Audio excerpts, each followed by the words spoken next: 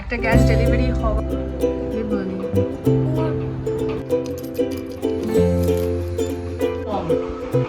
এমনি তো দিন পর একদম দুপুরবেলা তো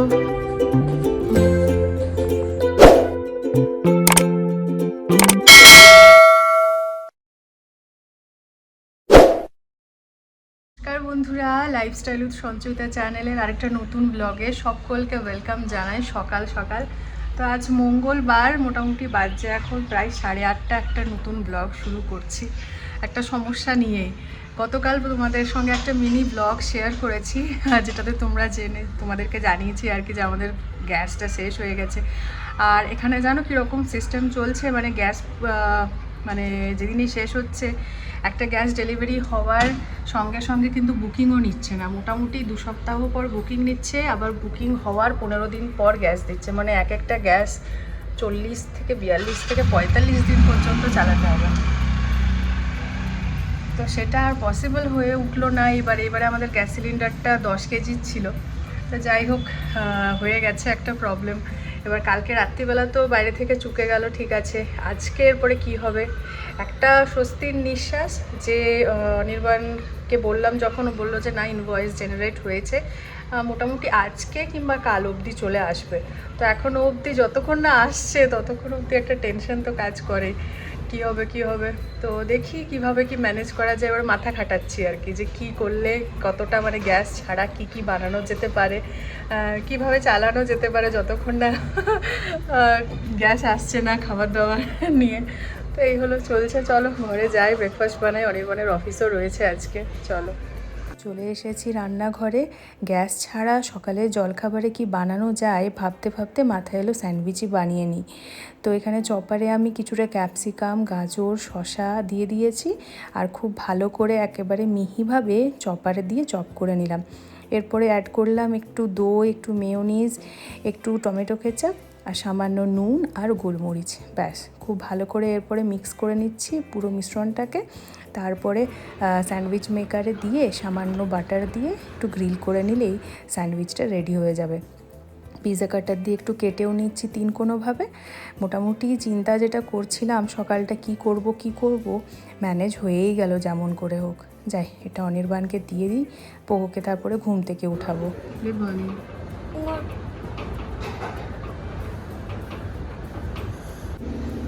বাই। নতুন থেকে স্যান্ডউইচ তো পরের কথা। পোগো ঘুম থেকে উঠে ব্রাশ করে প্রথমে দুধ আর তার সঙ্গে 2টো ডাইজেস্টিভ মারি বিস্কিট খায়। তো দুধটা ফোটানোর জন্য গ্যাস তো নেই, এই আমার মাল্টিপারপাস কুকারটাই বার করলাম। প্রেস্টিজের এই মাল্টিপারপাস কুকারটা আমার ভীষণ কাজে লাগে। তো দুধটা প্রথমে ভালো করে ফুটিয়ে নিই, তারপরে অন্যান্য কাজেও আজকে একে ব্যবহার করা যাবে। ফুটে দুধটা গেছে, একটু ঠান্ডা করে নিলাম। পোগো এবারে ব্রাশ করে রেডি হয়ে গেছে, ওকে এরপর দিয়ে আসি, চলুন। তো উইদাউট গ্যাস ব্রেকফাস্টের পর্বটা তো চুকে গেল। এবার লাঞ্চটা ভাবতে হবে কি হবে। আসলে কালকে যখন শেষ হয়েছে, মোটামুটি কালকে আমার লাঞ্চ রেডি করা হয়ে গিয়েছিল। আর আমি ভেবেইছিলাম কি বলো তো, আজকে একটু কম রান্না করব, একটু আমার এডিটিংয়ের কাজ অনেকগুলো পেন্ডিং আছে, করব। তো দেখবে যা হয় আর কি, মাঝে মধ্যে অনেক কিছু পেন্ডিং পড়ে থাকে। তো রান্নাটা আমি ওই জন্য কালকে একটু বেশি করে করবারই আমার প্ল্যানিং ছিল। তো যাই হোক, মাছগুলো ভাজা সমস্ত হয়ে গিয়েছিল, আজকে দই মাছই করার প্ল্যান ছিল। তো অনেক কিছুই রান্না আজকে লাঞ্চের জন্য কালকে অলরেডি আমি করে ফেলেছিলাম। তারপর জাস্ট শেষে একটা খুব ইন্টারেস্টিং কালকে জিনিস বানিয়েছিলাম, তোমাদের সঙ্গে রিলের মাধ্যমে শেয়ার করেছি। কালকে বানিয়েছিলাম ওই মুসুরির ডাল মাখা। আমার জন্য ওটা প্রথমবার, তো খুব ভালো হয়েছিল। তোমরা অবশ্যই একবার ট্রাই করে দেখো। আর রেসিপিটা আমি রিলের মাধ্যমে শেয়ার করেছি, তোমরা হয়তো অলরেডি দেখেও নিয়েছো, আর যদি না দেখেছো অবশ্যই একবার চেক করে নিও। তো সেটাও একটু বেশি করে হয়েছিল, তো সে কারণে লাঞ্চটা নিয়েও অতটা ভাবছি না, তারপরে দেখি কি হয়। আর এয়ার ফ্রায়ারটা রয়েছে, আর মাল্টিপারপাস কেটলিটাও রয়েছে। এই করে মোটামুটি মনে হচ্ছে আজকের দিনটা চলে যাবে। তো অনির্বাণকে কালকে বললাম, অনির্বাণ ইনভয়েস লেটার কাল সকালেই জেনারেট হয়ে গেছে। সো মানে 1-2 দিনের মধ্যে চলে আসবে। আজকেই চলে আসার কথা, যেদিনই জেনারেট হয় তার পরের দিনই চলে আসে। তো দেখি বিকেল অবধি কী হয়, নাহলে কালকে তো আসবেই। ওই কারণে আর ওই ইন্ডাকশানটা সারতে দিলেও একদিন নেবেই, তো ইন্ডাকশানটা সারিয়ে আনবো, কিন্তু ওই হড়বড়িয়ে আজকে আর দিলাম না, মানে কালকে আর দিলাম না। দেখি উইকেন্ড নাগাদ যাবো। আর উইকেন্ডে আমি তো থাকছি না, তোমাদের সঙ্গে শেয়ার করা হয়নি। আমরা যাচ্ছি এই শনিবার, আমাদের ট্রেন, আমরা পুরুলিয়া যাচ্ছি। তো আমরা পুরুলিয়া যাচ্ছি, তো আমরা দিন কতকের জন্য পুরুলিয়া যাচ্ছি, আমাদের শনিবারে ট্রেন রয়েছে। আমার দিদির সঙ্গে দেখা হবে, অনিকেতার সঙ্গে দেখা হবে। কার সঙ্গে দেখা করবো? দিদির সঙ্গে অনিকেতার সঙ্গে। ও দিদি আর অনিকেতের সঙ্গে। আচ্ছা, পকি দিদি? ওটা তো ওখানে তো যাবো। ওখানে তো যাবো। এই হলো ব্যাপার, তার মধ্যে প্যাকিং ট্যাকিংও আছে, ওই সমস্ত কিছু এখনও মানে দরকারই নেই, শুরু করারও আর কি, একদিন আগে করলেই হবে, কারণ দিন কতকের জন্য যাচ্ছি। আর এখান থেকে ওখানে কিছু নিয়ে যাওয়ার নেই, ওখান থেকে এখানে আনবার আমার অনেক কিছু রয়েছে সামনে, অনেক কিছু প্রোগ্রাম রয়েছে, আমার রথটা আনার রয়েছে, কারণ রথের সময় আমরা এখানে থাকবো। তোমাদের মনে আছে হয়তো বিষ্ণুপুর থেকে খুব সুন্দর একখানা রথ নিয়ে এসেছিলাম, তো দেখা যাক কি কি আনা যায় কি কি, অনেক কিছু প্রোগ্রাম তো রয়েছে অবশ্যই। চলো তাহলে দেখা যাক, আজকের দিনটা কোনোরকমভাবে পেরোক, বিকেল তক্ষ আশা করি গ্যাসটা চলে আসবে। মানে কি বলতো, সমস্ত কিছু হয়ে যায়, সমস্ত কিছু ম্যানেজ করতে পারা যায়, হ্যাঁ, কিন্তু ওই রুটিটা হয় না।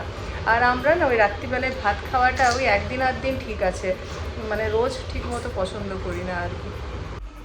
দেখছো তো আমার রান্নাঘরের ফুল সেট আপটাই চেঞ্জ হয়ে গেছে, মানে গ্যাসের দিকটাতে আর যাচ্ছেই না, গ্যাসের দিকটা একদম মানে ওরকম পড়ে আছে, আর আমি রয়েছি এই দিকটাতে। জাস্ট এটাতেই আমার মাল্টিপারপাস কুকারই আজকে ভালো কাজে লাগছে, ভাতটাই চাপাচ্ছিলাম। তো যতটা কোয়ান্টিটিতে হওয়ার অ্যাকচুয়ালি ততটা কোয়ান্টিটিতে হচ্ছে না, একটু কমই হচ্ছে, তো কিছু করার নেই। আজকে যাই হোক, কিছু না হওয়ার থেকে কিছু হওয়া তো ভালো, তো সেটাই আর কি। বাইরেটা আজকে একটু মেঘলা মেঘলা হয়ে আছে, ওই জন্য গরমটা আজকে একটু কম, মানে এমনি তো দেখাচ্ছে ওয়েদারে বৃষ্টি আছে, কিন্তু সেরকমও ওয়েদার বাইরে নয়। যাই হোক চলো।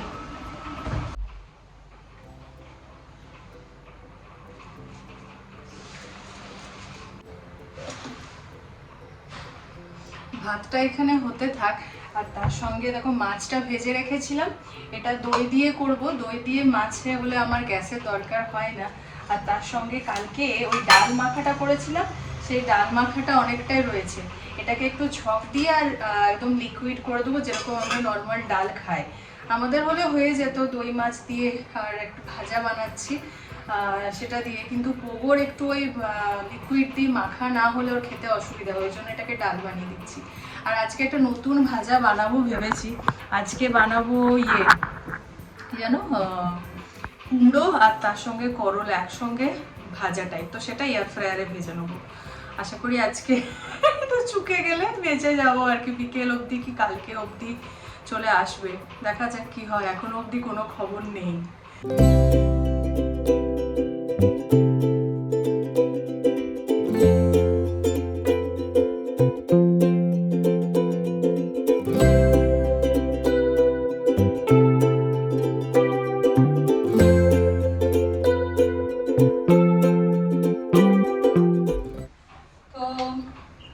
করলা,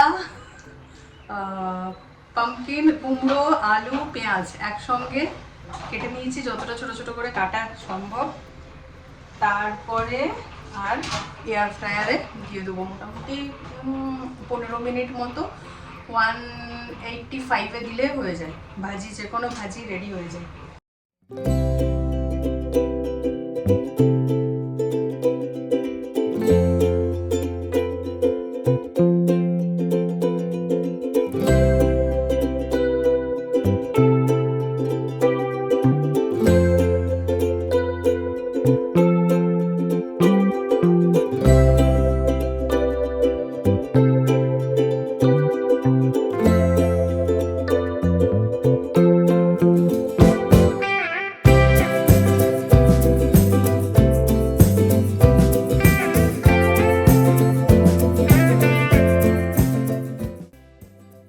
আজকে আমাদের উইদাউট গ্যাস ইন্ডাকশন, লাঞ্চের মেনুও ডান, মানে থাকা যেতে পারে সিরিয়াসলি।